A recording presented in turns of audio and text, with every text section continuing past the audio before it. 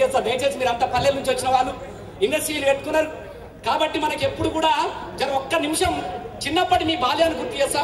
అసలు నిజంగా తెలంగాణ ఎట్లా ఉండే, ఇలా అభివృద్ధి అంటారు, హైదరాబాద్ అంటారు, అసలు తెలంగాణ ఎట్లా ఉండని ఒకటే ముచ్చట చెప్తాను మీకు. ఆ పల్లెని ఒకసారి గుర్తు చేస్తా. ఓయమ్మ తెలంగాణ పల్లె ఇవాళ కాదు, ఈ దేశానికి స్వతంత్రం రాకరాని ముచ్చట చెప్తున్నా నేను. ఓయమ్మ తెలంగాణ పల్లె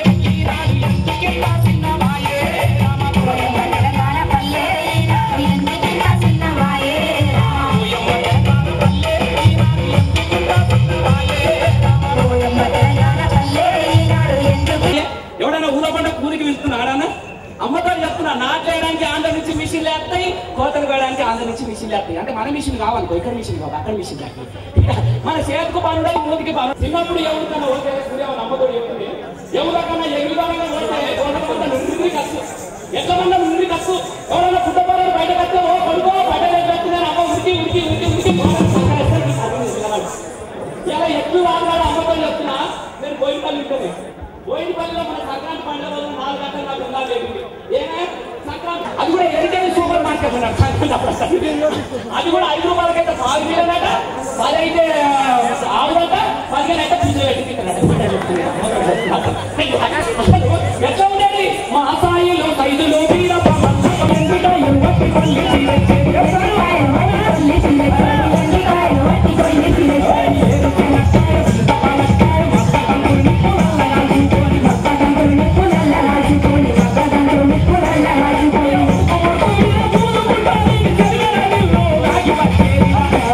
కడుపు నిండా కాకులు కాల్చుకొని బుక్కి కింద ఒడ్రోటికి చెయ్యి పెడితే తలతల తలతల గంట మంచి ఇలా 400 ఫీట్ల పోరు మీద పోరేసి పొలగా వస్తాయి. అక్కడ నీళ్ళే వస్తలేకపోయాయి. మరి రాజశేఖర రెడ్డి సాబ్ చెలెంటిమెంట్ మీద చంద్రబాబు గారు ఇప్పుడు కూతలేమైపోయినాయి. ఏమైపోయినాయి తెలంగాణ ఊట సెలమేళ నీళ్లు ఏడా పోయినాయో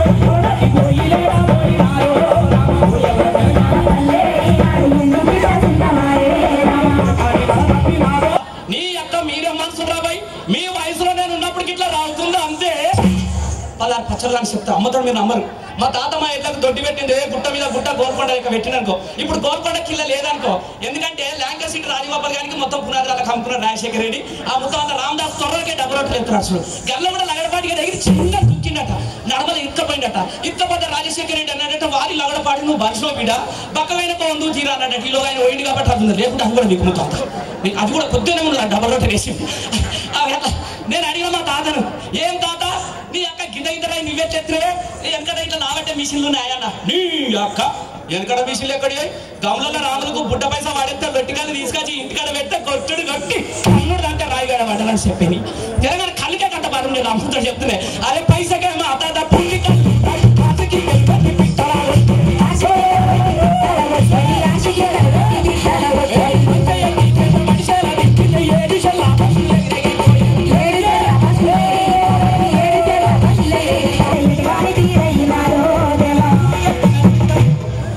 మంచిగా జరిగింది. మీ అందరికి ఒకటి చెప్పాలా, వీరబ్రహ్మేంద్ర స్వామి గారు అందరు తెలుసావే కాలజ్ఞానం రాసిండు, మంచిగా రాసిండు కాలజ్ఞానం. అన్నజ్ఞానంలో తెలంగాణ పల్లెలని నలిగిపోతా ఉంటే ఇంతకన్నా సాక్ష్యం ఇంకా ఏముంటే చెప్పురు మీరు ప్రపంచంలో.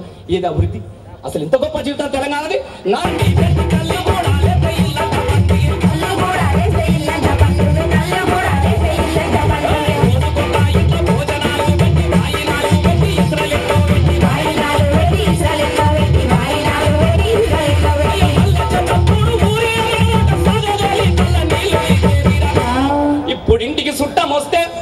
ఇప్పుడింటికి సుట్టం వస్తే పక్కింటోనికే తెలియపాయే, ఎవడు ఎలా అంటుండో తెలియదు, ఎలాగే వీక్తుడో కూడా తెలియదు.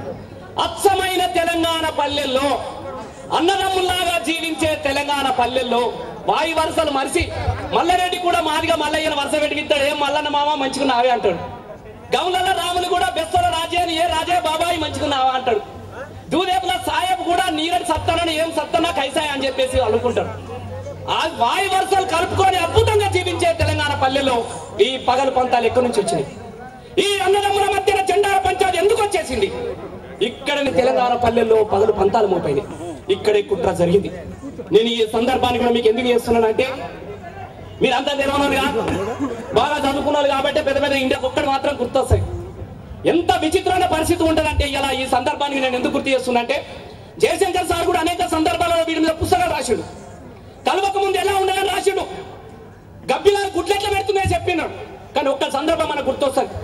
అసలు మనకి ఎందుకు ఈ దుఃఖం? ఈ తెలంగాణలో ఆంధ్రాలో కలవక ముందు మీ అందరూ తెలిసి 53 సంగతి ఒక్కసారి తీసుకున్నా ఉంటే పొట్టి శ్రీరాములు ముంగడికి నీకు ఆంధ్ర రాష్ట్రం తీసుకొచ్చుకున్నారు, కర్నూలులో పెట్టుకున్నారు. భయ మాకేమి ఇబ్బంది లేదు, మాది మంచిగా నీకు మంచిగా. కానీ ఆంధ్రలో ఎంత చిత్రకాన్ని ఉంటుంది అంటే 5 రోజులు పట్టుకొని మంచిగా పడతారు, ముద్దుగా పట్టి. నెహ్రూ గారి సందర్భం నేను ఎందుకు గుర్తు చేస్తున్నానంటే ఈ దేశానికి ప్రధానమంత్రి అయినటువంటి సందర్భంలో నెహ్రూ గారు ఒక మాట చెప్పడం కూడా మీ అందరూ తెలుసు. నిజామాబాద్ ఖలీల్వాడిలో జరిగినటువంటి ఒక బహిరంగ సభలో 56 మేలో చెప్పినటువంటి మార్చిలో చెప్పినటువంటి సందర్భం కూడా మీకు ఎందుకు గుర్తు చేస్తున్నా అంటే ఆ రోజు నెహ్రూ గారు ఒక మాట చెప్పాడు. ఆ రోజు ఏం చెప్పిండంటే పెళ్లి చేస్తున్నా, ఇష్టం లేకుంటే ఎప్పుడైనా విడిపోవచ్చు అన్నాడు. కొడుక ఎంత కుట్ర జరిగింది చెప్పండి. విడిపోవడానికి ఎప్పుడైనా విడిపోవచ్చడానికి ఏం బీక కలిపామని చెప్పేసి నెహ్రూ గారిని ప్రశ్నించాల్సి అవసరం మనకు వచ్చినటువంటి సందర్భం మీకు గుర్తు చేస్తాను. ఎవడన్నా విడిపోవడానికి కలిపే సందర్భం ఉంటుందా? కలిపిన తెల్లారే వాడు పిల్ల కోసం పెళ్లి చేసుకోవాలి, పిల్లని చేసుకున్నాడు, పిల్ల తీసుకుపోడు పెట్టిడు, పిల్లలు గుడ్డుడు పెట్టిడు. నేను సంసారం చెయ్యాలన్నది. అదే ఓ పోయి సంసారం అన్నాక అట్లా ఉంటా. అదే 4 రోజులు ఆగ్రహంలో పెద్ద మనుషులను చూసిన పెట్టి పెద్ద మనుషులు ఒప్పందం చేసారు. మళ్ళీ పోరిని కొట్టుడు ముళ్ళ తీసుకుపోడు. వాడు ఎందుకంటే పిల్ల కోసం కృషి కావాలి. కృషి కావాలంటే ఏం కావాలి? ఏం కావాలంటే కృషి కావాలంటే పైసలు తింటారా? ఇద్దరు అటు ఇటు చూసిండు. ఈ సందర్భం నేను ఎందుకు గుర్తు చేస్తున్నా అంటే ఇవాళ గుర్తు చేస్తున్నా. నిన్నగాక మొన్న మీరు ఎలక్షన్ల వచ్చినప్పుడు గడప గడప తిరిగినారు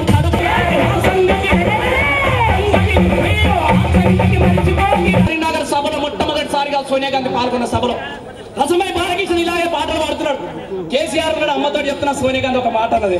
సభలో 2004లో జరిగినటువంటి సభలో సోనియా గాంధీ ఒక మాట అన్నది. అమ్మతో చెప్తున్నా నేను పాటలు అందరికీ కూడా తెలుసు. ఏ కొట్టురా గుత్తురా అని గుర్తుడు రాజశేఖర రెడ్డి అసెంబ్లీలో సోనియా గాంధీ ఢిల్లీలో ఏమే తెలంగాణ ఏకాంగి సాధన. ఈ సందర్భం ఎందుకు గుర్తున్నంటే కృషిల కోసం జరుగుతున్న రాజకీయాలు ఎట్లుంటాయి. చంద్రబాబు దగ్గర కృషి కావాలంటే ఏం చెయ్యాలి? ఏమే తెలంగాణ అఖిలపక్ష సమావేశం.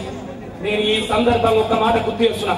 ఇవాళ తెలుగుదేశం ఏమే చంద్రబాబు నాయుడు అఖిలపక్ష సమావేశంలో మద్దతు అన్నావు కదా, దీని మీద అభిప్రాయం ఏమైనా విలేకరులకి అమ్మతో చెప్తున్నా. చంద్రబాబు ఒక మాట అన్నాడు. ఏమన్నాడు? నేను అటుగాను నేను ఇటుగాను. ఆంధ్రజ్యోతి అసలు అటు ఇటుగా ఏమంటారు? మీరే చెప్పు. ఏమంటారు?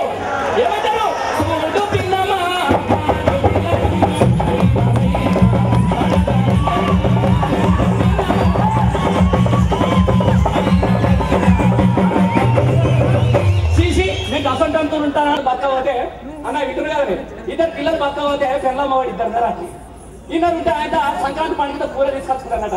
కూర తీసుకొచ్చుకొని పెళ్ళమ్మవాడు ముచ్చట్లు పెట్టుకుంటున్నట. ముచ్చట్లు పెట్టుకుంటే తింటా ఉంటే దూరం ఇంకే తేల్చాలి కింద పడ్డదట. కింద పడగానే పెళ్ళాం అన్నదట. ఏమయ్యా కట్టె తేలు పడ్డది కదా, కట్టెదే పోవన్నదట. మొగడు అన్నదట చెప్పి ఆగే మొగలు తీసుకొస్తాను బయట కొద్దిదట. ఏమో కాంగ్రెస్ వాడకంటే కట్టనే ఉండదు. అప్పుడు ఏం చేయడం సీతారాములు తెలుసు కదా కింద పెట్టుకున్నా.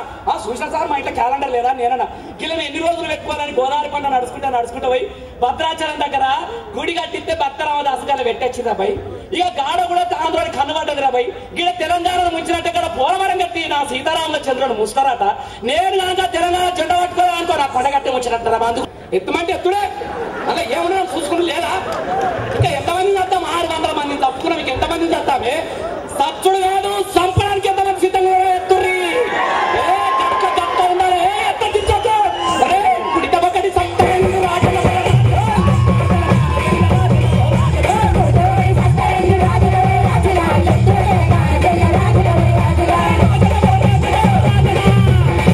ఏంటమ్మి గచ్చలు గచ్చాలి.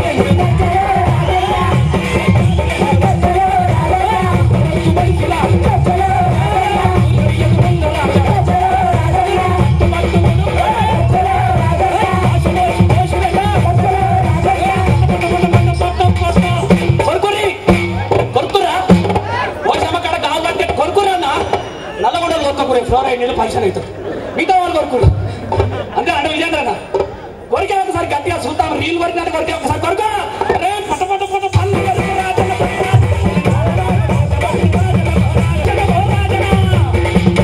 రాజన ఏం చెప్పిండో గంగా 10 జిల్లాలు ఎట్లా కదులుతున్నాయో చెప్పిన తర్వాత ఆ సమర వేగంలో మనం అందరం సాగిపోయిన తర్వాత మిగతా రాజన కథ మనం చెప్పుకుందాం.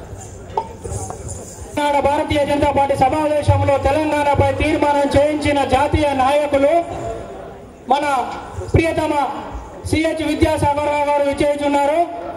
ఒక్కసారి వారికి జయ జయ ద్వారాలతో స్వాగతం పరచవలసిందిగా కోరుతున్నాను.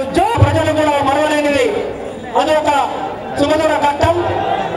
ఈ రోజు తెలంగాణ సాధనకు సుష్మా స్వరాజ్ గారి ప్రసంగం ఒక నాంది అని చెప్పి ప్రతి పౌరుడు కూడా భావిస్తున్నారు. స్వాగతం, సుస్వాగతం. తెలంగాణ ముద్దుబిడ్డ విద్యాసాగర్ రావు గారికి స్వాగతం, సుస్వాగతం. జై తెలంగాణ, జై తెలంగాణ, జై తెలంగాణ. కలిసి ఉన్న మనబలతో మేము కలిసి ఉంటాం. మా కార్యక్రమాలకు అడ్డం వచ్చినప్పుడు మాత్రమే మేము అడ్డం తిరుగుతాం అనేది ఒక స్పష్టమైన ఎజెండాతోనే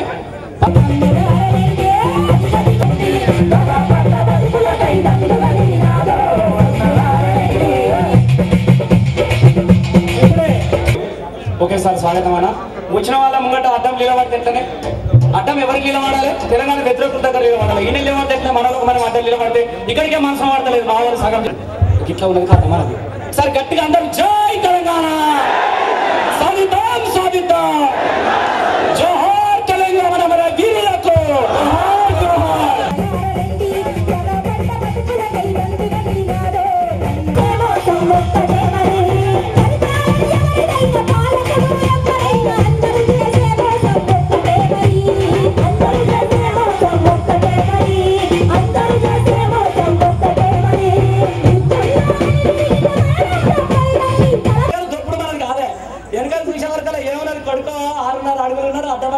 నిలబడ్డ నీ బాధ్యత కదరా బిడ్డ. హైకోర్టులో మీరే, అసెంబ్లీలో మీరే, సెక్రటరియట్లో మీరే, ఈసీఎల్లో మీరే, తెలుసుకున్నారలో మీరే, ఆఖరికి ఉత్సవాలు తగ్గడం కుర్చీలు వేసుకుని వసూలు చేసుకుంటారా అయ్యా? మమ్మల్ని అడగారా అయ్యా బిడ్డ? యాడ నుండ వచ్చిన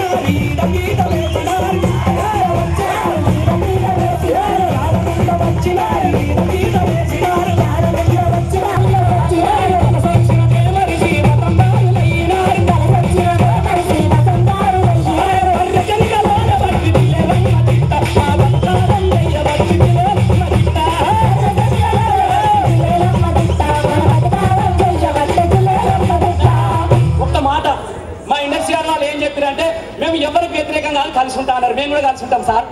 మాకు వ్యాపారాల మీద ఏ కోపం లేదు. కానీ మీరు జోలి బస్టాండ్లో దిగి 4 అడుగులెత్తే ఏమవుతుందన్నా?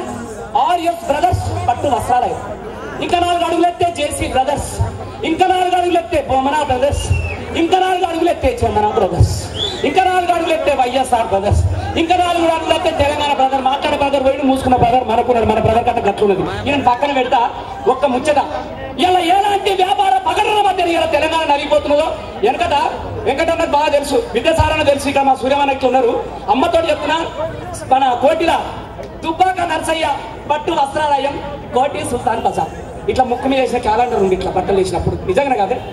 వెనకట ఒకటి ఉండు, దర్బార్ అగరబత్తి, మస్తాన్ దర్బార్ అగరబత్తి ఫేమస్. మోటార్ వచ్చినట్టు కొంత గమగమ వాసన. ఇలా మన మస్తాన్ సాబ్ ఉన్నాడా? ఏమన్నది? భక్తునికి భగవంతునికి అనుసంధానమైనది అంబికా దర్బార్ అగరబత్తి.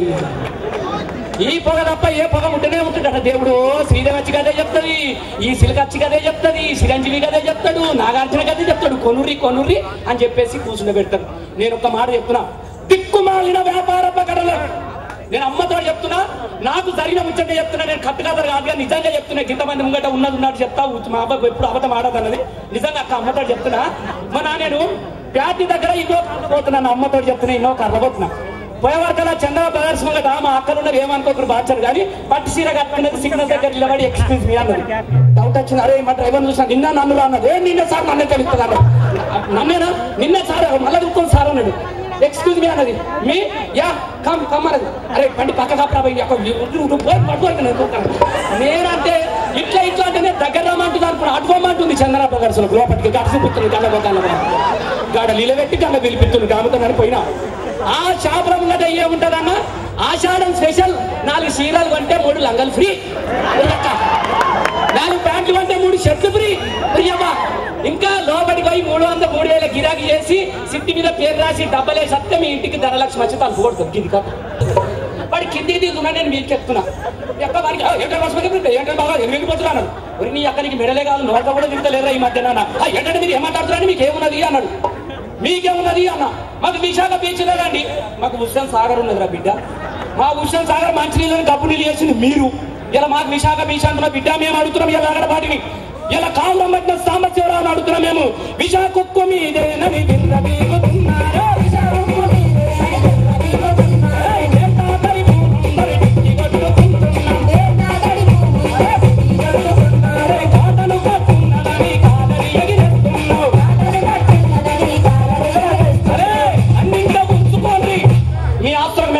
వస్తాం.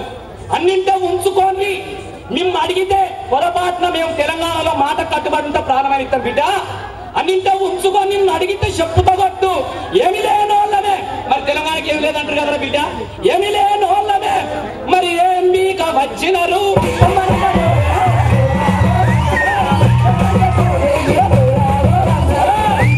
విడిపోతానా నేను ఆ కాలం పట్టిన సామరస్యరావు మాట్లాడుతుంటే కడుపులో తేదిరిచ్చిన నా కడుపు మర్చిపోయింది.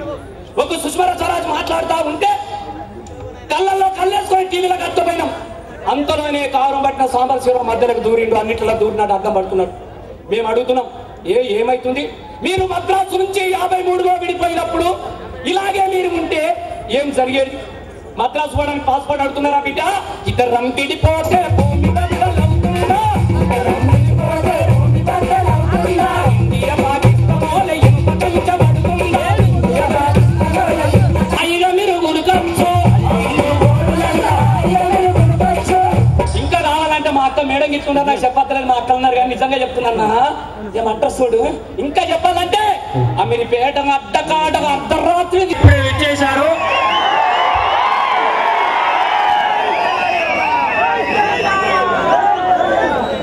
తెలంగాణ కథ మూసిందన్న దశలో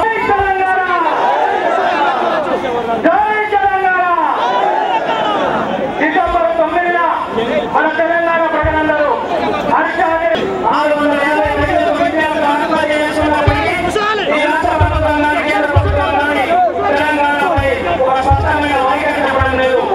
నాటి నుండి నేటి వరకు మన రాజకీయ నాయకులు భారతీయ జనతా పార్టీ కానీ తెలంగాణ వచ్చుడా నేను సచ్చుడా అన్న నినాదంతో పల్లె నుండి ఢిల్లీలోని గల్లీ వరకు కూడా ప్రతి ఒక్కరిని కదిలించి తెలంగాణ ఉద్యమాన్ని ఉద్యమంగా ముందుకెళ్ళి అలాగే 23 జిల్లాల్లో ఎక్కడైనా తొడగొట్టి జై తెలంగాణ చెప్పగలిగిన నారాయణ గారికి సిపిఐ రాష్ట్ర స్వాగతం పలుకుతున్నాము. జై తెలంగాణ, జై తెలంగాణ, జై తెలంగాణ. కేసీఆర్ గారి నాయకత్వం. జై తెలంగాణ.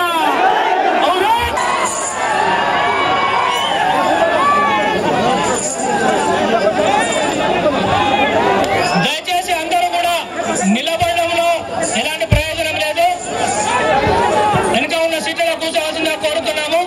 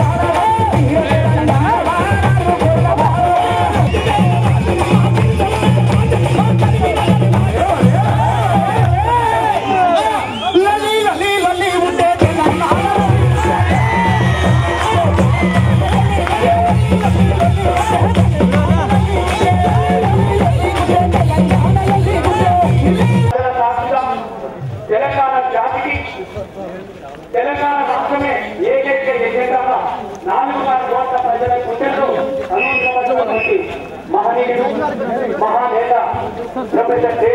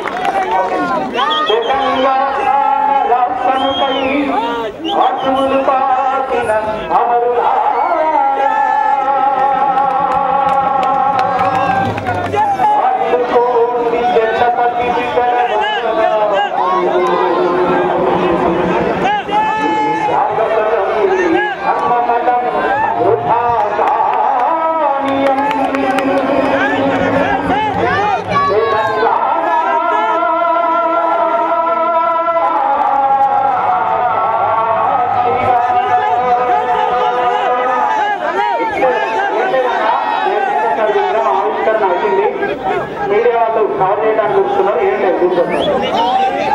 మీరున్న